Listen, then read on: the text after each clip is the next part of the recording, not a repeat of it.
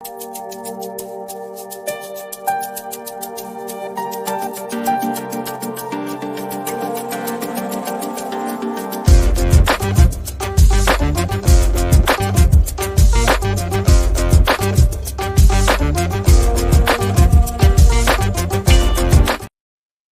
to Workhorse Wrestling Network. It is your boy ALW, excuse me, and I am here for all for NAWT NawT's weekly NXT quick wrap up.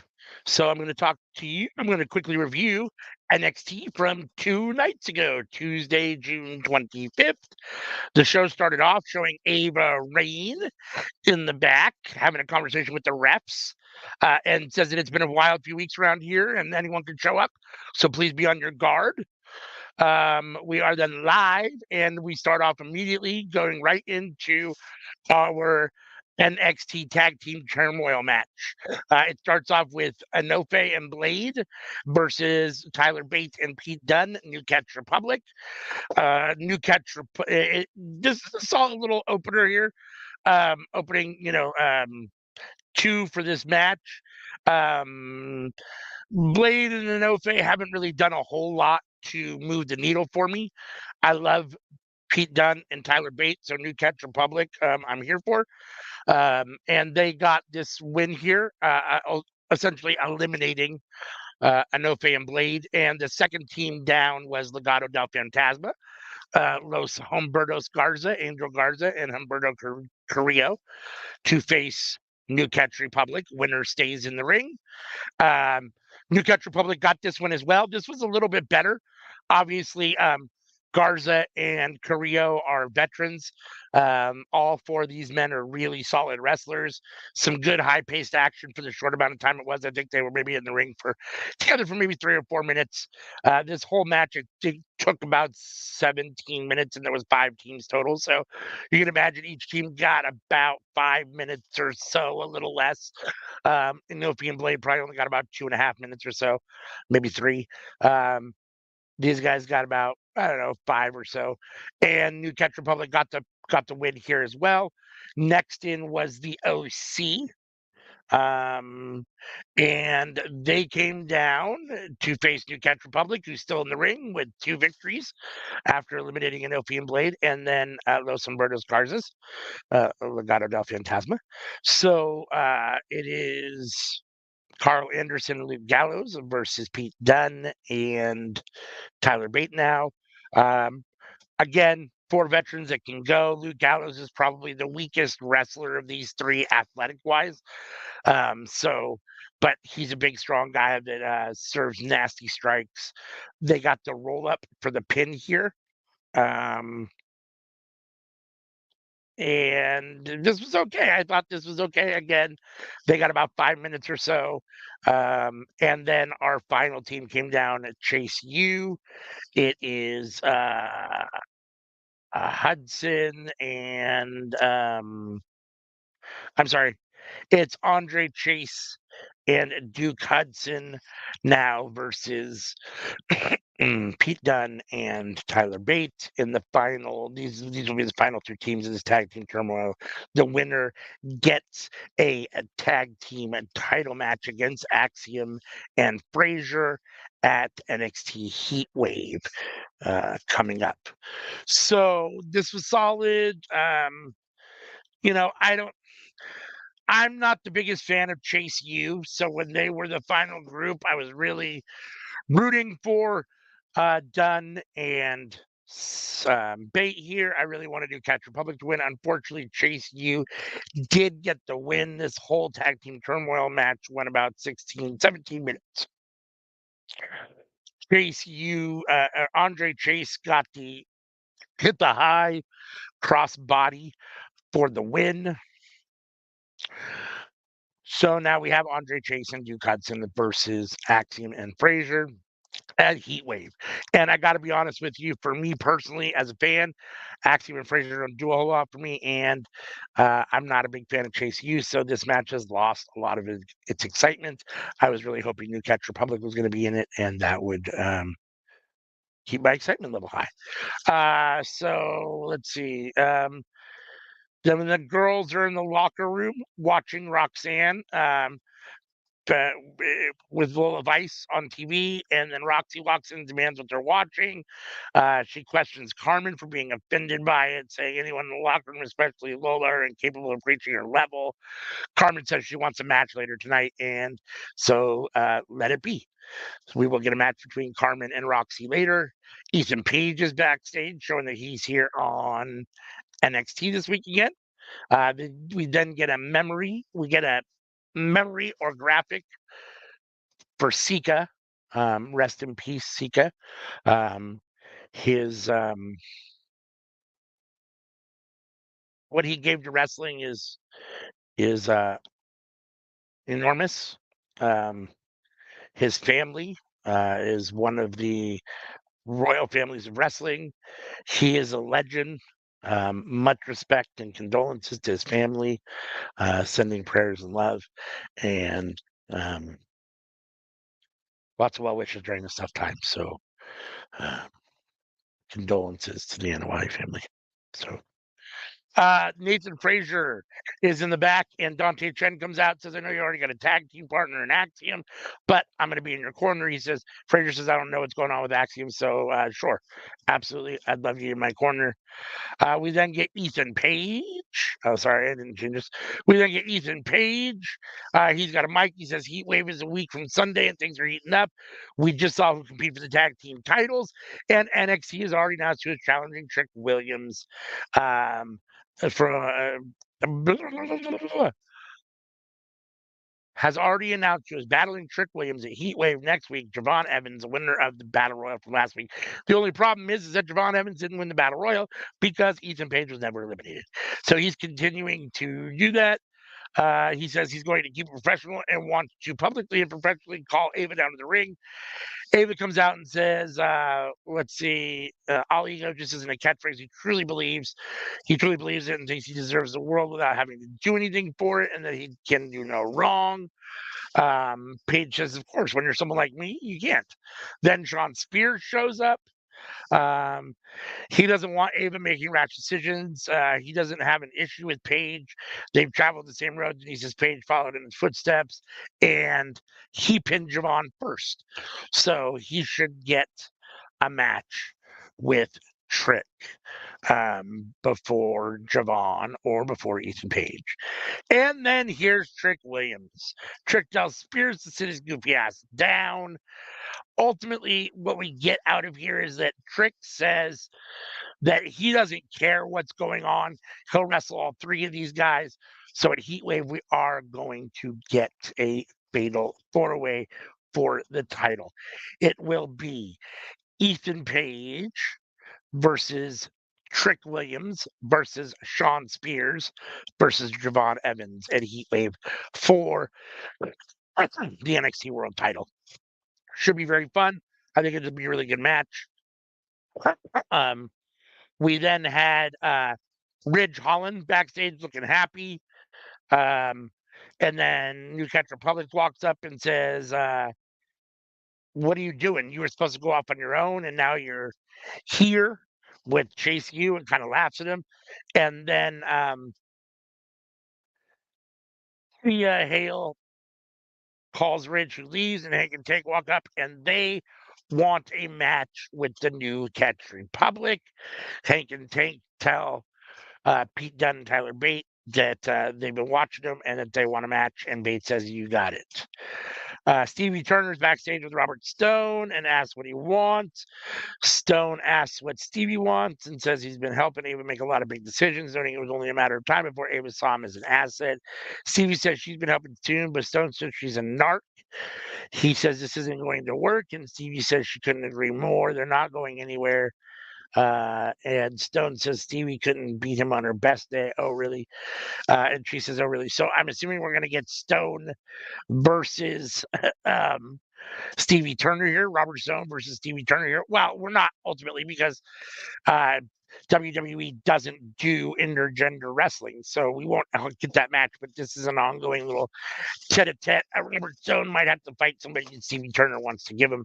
We'll end up seeing what's happening. Then that leads into our next match, the second match of the night so far, which was Wesley versus Joe Coffey. This was an okay match. It was very short, honestly. For 3 minutes and 18 seconds, it was okay. Wesley did get the pretty resounding win here, which I thought was kind of a surprise. Um, this was really a Wesley showcase, even though Joe Coffey did get in some work. I'm a little I'm not totally sure what we're doing with Gallus and Joe Coffey. You keep presenting Gallus as a big deal for NXT, wanting them to be, a big faction and a big deal, and then you basically squash out. Even though he did get some offense, and when I said it was okay, I mean it was okay for a 3-minute match. Um, Basically let Wesley, have a showcase over Joe Coffey. So I'm not totally sure exactly what the purpose of that was, but Wesley hit the cardiac kick and got the win. Then we had Oba Femi at the podium. He's congratulating Wesley, saying he secured their match for the last time. For the first or for the last time, I guess, because the stipulation is that if Wesley loses, he can't challenge Oba Femi for that title again. So at Heatwave. So we get Oba and Wes at Heatwave now with that stipulation. Tony D and the family's backstage with the Heritage Cup. Sarah asks him for any last minute thoughts. He jokes that he's just wondering about the after party, but says Frazier is fast and has more experience in these matches. He says he's going to punch Frazier in the mouth and see what happens. And he says the cup will definitely stay in the family. Ridge and Duke are backstage. Um, when a production guy gives Duke photos from last week's match, Ridge tells him to get over it, and he won. And the rest of Chase U comes out to celebrate. They go wild and run off, but Duke shares a look with Ridge before leaving. I think there's a little dissension between Duke and Ridge. They obviously kind of rub each other a little wrong. So I wonder if that's ultimately going to end up being the fallout and the separation of Ridge from Chase U. Me personally, I hope Chase U goes away altogether. I don't think that's going to happen, but if it did and this was ultimately the dissolve of it, then I'd be okay with that. Then we got our third match, which was the NXT Heritage Cup Championship match, Tony D versus Nathan Frazier. Tony D or Frazier gets the first pin, gets the first fall pretty quickly in a roll up. I would say that the first fall happened in 2.5 minutes or so, which was a little bit of a surprise. Then Tony D comes back, hits the spine buster ultimately for a 3 count, and we're at 1-1. Round 3, nothing happens. Nobody gets a pin at round 4. Tony picks up Frazier into the ropes. We get a couple near falls, and we get a missile. Frazier hits him with a missile drop kick right as the bell rings. Tony D gets saved by the bell in round 4. Round 5, Tony D comes out, and they have some more back-and-back action. Tony D hits a spine buster with the near fall. Lots of back and forth action. Frazier lays in a lot of shots. At the end, climbs up the turnbuckle, but Tony D's up and climbs up with him. Frazier knocks him down. Frazier with the Phoenix splash with the bell, and the bell rings before he can get the pin. It's still 1-1 going into the 6th and final round. Frazier charges in for the sunset flip and a roll up. Frazier with a suplex and a neck breaker. He goes for the Phoenix splash. But Tony D gets out of the way. Frazier kicks Tony D and goes to the top, but Tony D is up with him. Super belly to belly suplex off the top. Spine buster Tony D to Nathan Frazier. 1, 2, 3. Tony D retains the Heritage Cup 2-1. I thought it was okay. They did this match a little bit different than they've done some of the Heritage Cup matches in the past. It didn't follow maybe its traditional style, but I thought it was okay. We went all 6 rounds here. I'm not sure that I'm necessarily hot on Tony D with this Heritage Cup championship, but he needs something. So if you're not going to make him NXT champion, I guess this works. Although he should be NXT World Champion or North American Champion, in my personal opinion. Let's see. Then we have Javon Evans, who approaches Trick, wants to thank him for the backup. Evans says he wants to be in Trick's corner tonight against Spears, and Trick says that Evans needs to focus on their match at Heatwave. Plus, he gets suspicious when someone says they have his back, so he's going to do it alone. And Evans accepts that. Trick isn't, Trick is a little skeptical about, whether or not he can really trust Javon Evans because they do have this match coming up. So let's see. Then we get our next match of the night: Roxanne versus Carmen. Lola's on commentary. This was a pretty quick match in 3 minutes and 43 seconds. This was an extended squash match for all intents and purposes, or a showcase for Roxanne Perez, who did get the pin with the Pop Rocks. For 3 minutes and 50 seconds, much like earlier, this was an okay showing for Carmen, like kind of Joe Coffey was too. But I understand why Roxanne is squashing Carmen. I didn't totally understand why Wes is squashing Joe Coffey. So this was okay. It wasn't terrible, but at the same time, it wasn't really good. This may have been one of the lower parts of the night. It wasn't great. Well, then Lola enters the ring and they talk shit to each other. Roxy goes for the back fist, but Lola blocks it, hits her own 3-6-305, and picks up the title and poses over Roxy's unconscious. And she leaves with the title. Next, we've got Noam Dar FaceTiming with Metaphor, and he says he's appreciative for their gift. But the Easton Page ripped the muscle right off the bone, and he'll be out for a while. Or says he's trying to get revenge on Page. Or talks about how they made him smile. I'm sorry, Noam Dar talks about how they made him smile, and that when he was a kid, his dad almost died in a car accident. He had to run through a wall of fire. And so he's familiar with therapy. Oh, wait, I'm sorry. I apologize. That's not what happened. Aura talks about how they make him smile and how he was in a car accident. His dad almost died in a car accident, and he had to run through a wall of fire, being burned and scarred, sending him to Switzerland for therapy. Noam Dar thanks him for sharing that and says that they're all beautiful. And here's to Metaphor. Don't like Metaphor. We cut backstage and we get commentary where the OC takes out the mud, and Jada is attacked by Michin until officials get involved. So that feud is we're going to get an OC versus OTM feud, which I guess, okay. I'm kind of here for that. I guess really, maybe it might be more centered around Michin and Jada Parker, since they're the two women that have been doing much, and OTM has been getting pushed, and OC doesn't get a whole lot of time, but it is what it is. A referee is with Ava, and she asks him to go check on OTM and medical. She then tells Carly next week she faces Wendy Chu. Lola walks in and says when Roxy wakes up, Ava can give her title, and tells her she wants a match at Heatwave. We then get Tavian Heights versus Damon Kemp. Solid match. This was, I'm sorry, let me rephrase that.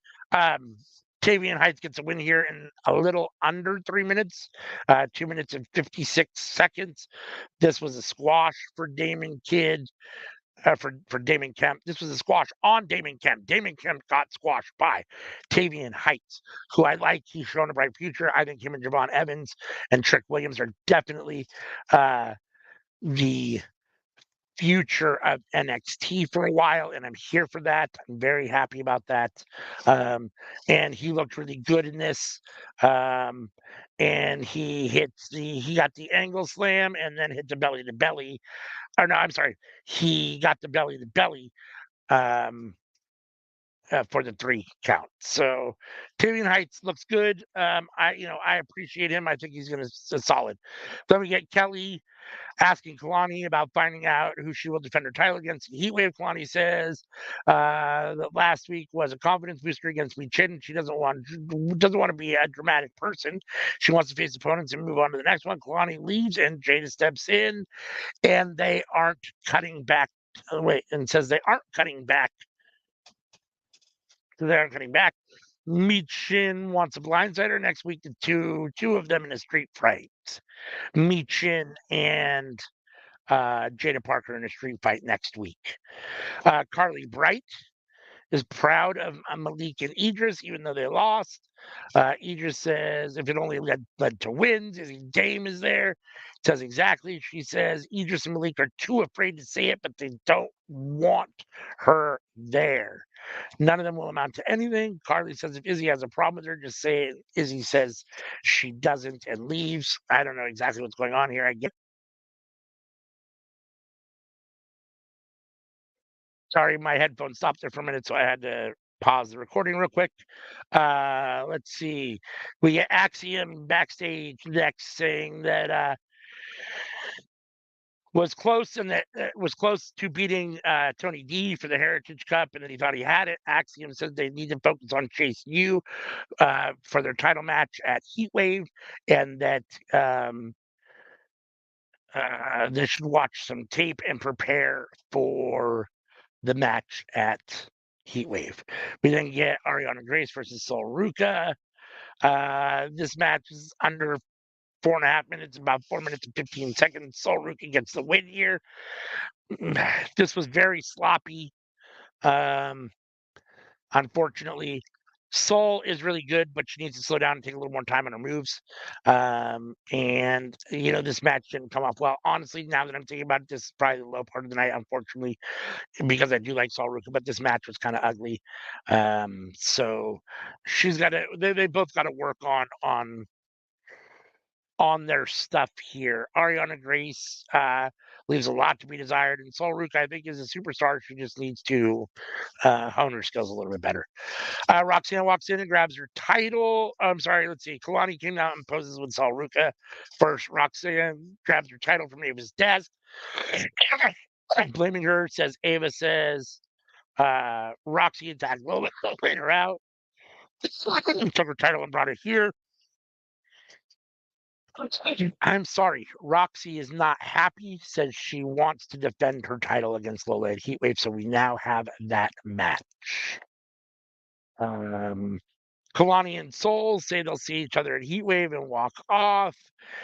JC and Jasmine are disgusted by that, and Fallon walks out talking about how the veterans are left behind. And even Carmen gets chances. They say they need to change that. Fallon Henley is whining. So set for next week, we have a street fight between Meechin and Jada Parker, and Lola Vice and Roxanne Perez face off. That'll be the go-home show before Heat Wave the following weekend. Then we have our main event, which is Shawn Spears versus Trick Williams. Ethan Page is on commentary. They go back and forth. This is solid back and forth.